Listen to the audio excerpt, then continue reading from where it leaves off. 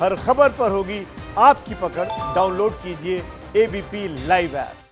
तो मथुरा में दायर हुई याचिका पर अयोध्या से भी प्रतिक्रिया आ गई है। बीजेपी नेता विनय कटियार ने याचिका को सही बताया है, तो उधर बाबरी मस्जिद के पक्षकार रहे इकबाल अंसारी ने इस याचिका को हिंदू मुसलमान की राजनीति करने वालों की करतूत कहा है। जहां भगवान कृष्ण पैदा हुए हैं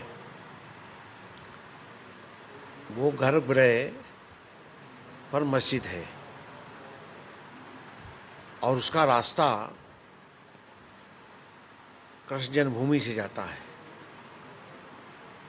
बलात् कब्जा किया हुआ है और वो कब्जा लेना है, तो कब्जे की लड़ाई है। अब अदालत से लड़ा जाए, पहले आंदोलन चालू किया जाए, जो भी जरूरत होगी वो करेंगे। जिन्होंने दाखिल किया अच्छा काम किया है। आज जो है बाबरी मस्जिद का मसला रहा, 50 साल मामला जो है कोर्ट में रहा, lower court, high court, supreme court. आज जो है काशी मथुरा की बात लोग करने लगे। ये हिंदुस्तान को बिगाड़ना चाहते हैं, ये हिंदू मुसलमानों को विवाद को लड़ाना चाहते हैं।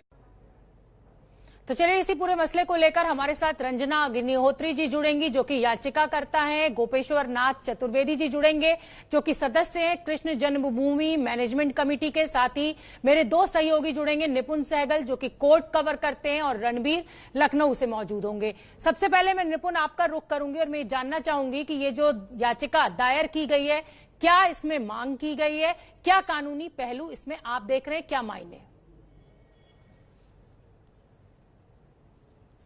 देखिए शोभना, ये जो याचिका दाखिल की गई है इसकी सबसे खास बात है कि ये देवता की तरफ से दाखिल की गई है, भगवान श्री कृष्ण विराजमान की तरफ से। तो यदि ये याचिका स्वीकार होती है तो सबसे पहले लिमिटेशन का सवाल हट जाएगा। लिमिटेशन हर सिविल मुकदमे में देखा जाता है कि कब आपकी संपत्ति पर किसने कब्जा कर लिया और आपने दावा करने में कितना समय लगाया। अगर कोई साधारण व्यक्ति हो तो एक तय समय सीमा के बाद अगर वो दावा करता है तो वो दावा खारिज कर दिया जाता है, सिर्फ इस आधार पर कि आपने इतने सालों तक क्या किया। लेकिन अगर अयोध्या के केस को देखेंगे तो वहां पर सुप्रीम कोर्ट के जजमेंट का एक अहम बिंदु था कि रामलला जिनकी तरफ से दावा किया गया है वो देवता है, न्यायिक व्यक्ति है, लेकिन नाबालिग है। तो नाबालिग को ये छूट है। तो सबसे बड़ी बात यह है कि नाबालिग होने के चलते लिमिटेशन का सवाल खत्म हो जाता है। मुख्य जो मांग की गई है, जो आपका सवाल है कि जो समझौता हुआ था जिसके तहत शाही ईदगाह बनी हुई है, उस समझौते का कोई मतलब नहीं है, वो अवैध है और उसको रद्द करके श्री कृष्ण को पूरी जमीन दे दी जाए। ठीक है निपुण, आपने अहम जानकारी दी। निपुण ने हमें बताया कि इस याचिका में क्या कुछ कहा गया है। अब लखनऊ से लाइव जुड़ रहे हैं मेरे साथ रणबीर, उनका मैं रुख कर लेती हूँ। रणबीर, बाबरी मस्जिद का मसला जो है, राम मंदिर जन्मभूमि का जो विवाद है, उसने कई दशकों तक लड़ाई लड़ी, तब यहां तक पहुंचा। अब अगर ये एक नया मुद्दा मथुरा को लेकर खड़ा हो जाएगा तो क्या राजनीति में हलचल आप देख रहे हैं आने वाले दिनों में उत्तर प्रदेश में?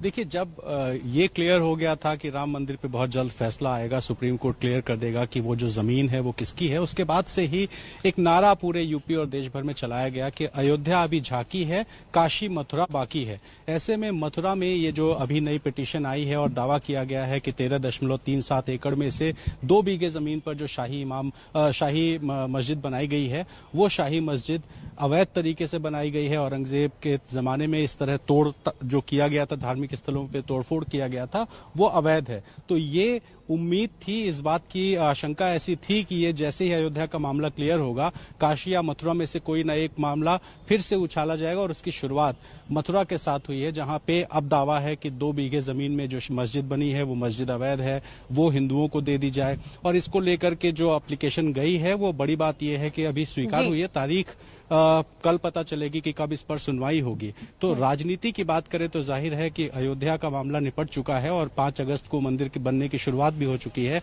लेकिन अब अगर मथुरा की बात करेंगे तो देश की राजनीति में ये भी एक बड़ा मुद्दा बन सकता है। जी, और जो आरोप इकबाल अंसारी लगा रहे हैं कि हिंदू मुसलमान की राजनीति करने वाले एक बार फिर कोशिश में हैं कि इस मुद्दे को जिंदा किया जाए। रंजना अग्निहोत्री जी याचिका करते आए हैं।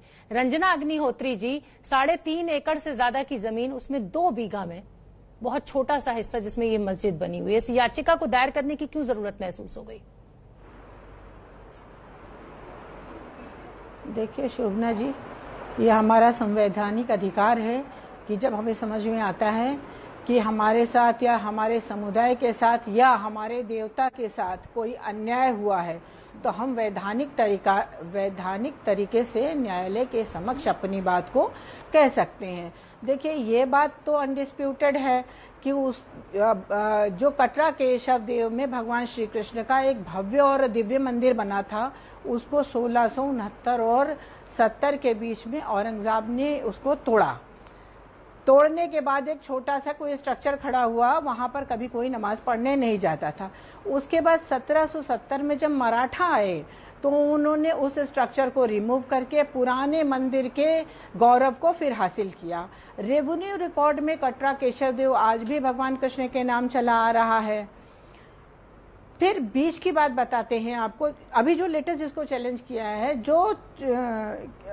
जो कॉम्प्रोमाइज हुआ, compromise between those parties who were not the members of the trust. जो श्री कृष्ण सेवा संघ है, एक फर्जी आदमी आ जाए और ईदगाह के साथ कॉम्प्रोमाइज करके वो डिग्री फ्रॉडुलेंटली अगर ऑब्टेन कर ले तो डिग्री ऑब्टेन बाय फ्रॉड है। जब भी नॉलेज में आए, सुप्रीम कोर्ट के category of cases are there, कि जब भी आपके नॉलेज में आए कि ये फ्रॉड हुआ है तो आप उस बात को चैलेंज कर सकते हैं। ठीक है। तो हम लोग यहाँ राम जन्मभूमि से मसला बिल्कुल डिफरेंट है।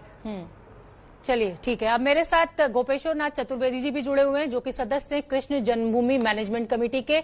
गोपेश्वर जी, इस याचिका के बारे में आपके क्या विचार हैं? और मैं उससे पहले आपको ये भी कहना चाहूंगी कि बाबरी मस्जिद विवाद को लेकर, राम जन्मभूमि विवाद को लेकर जिस तरीके से रक्तपात हुआ, जिस तरीके से नुकसान हुआ मानव जिंदगी का, वो सब भी शायद याद होगा इस पूरे देश को, याचिकाकर्ता को भी और आपको भी। क्या सब वो जंग हिंदू मुसलमान की आप लोग छेड़ना चाहते हैं? देखिए, यहाँ जंग का विषय नहीं है।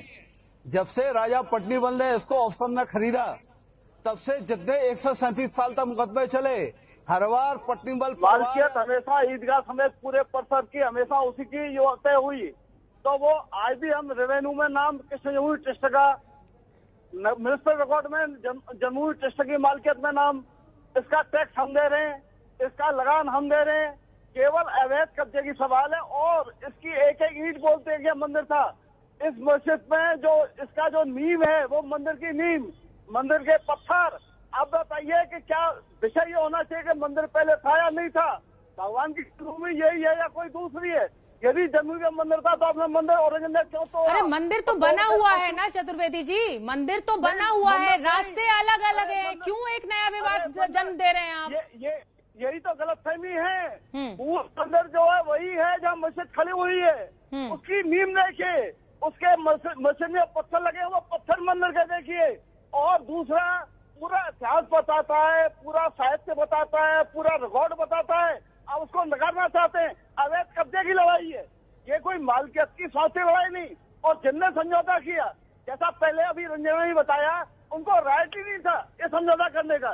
कोई रास्ता चलता जिसको राइट था को समझौता नहीं किया। समझौता बाध्यकारी नहीं, ये इनके पीर पैगंबर औलिया की जगह नहीं, ये जन्मभूमि। यहाँ लोग बड़ी श्रद्धा से आते हैं और जब ये देखते हैं कि यहाँ मंदिर तोड़ा गया, जब मंदिर तोड़ा गया हुआ तो कितने हजारों, दुनिया कहां से कहां पहुंच गई चतुर्वेदी साहब। आप मंदिर मस्जिद में ही फंसे रहिए और ऐसे ही देश को अटकाते और भटकाते रहिए। बहुत बहुत धन्यवाद आप सभी मेहमानों का मुझसे इस चर्चा में जुड़ने के लिए। और फिलहाल बहुत छोटे से ब्रेक के लिए यहाँ रुकेंगे, फौरन लौट के आ रहे हैं, कहीं मत जाइए।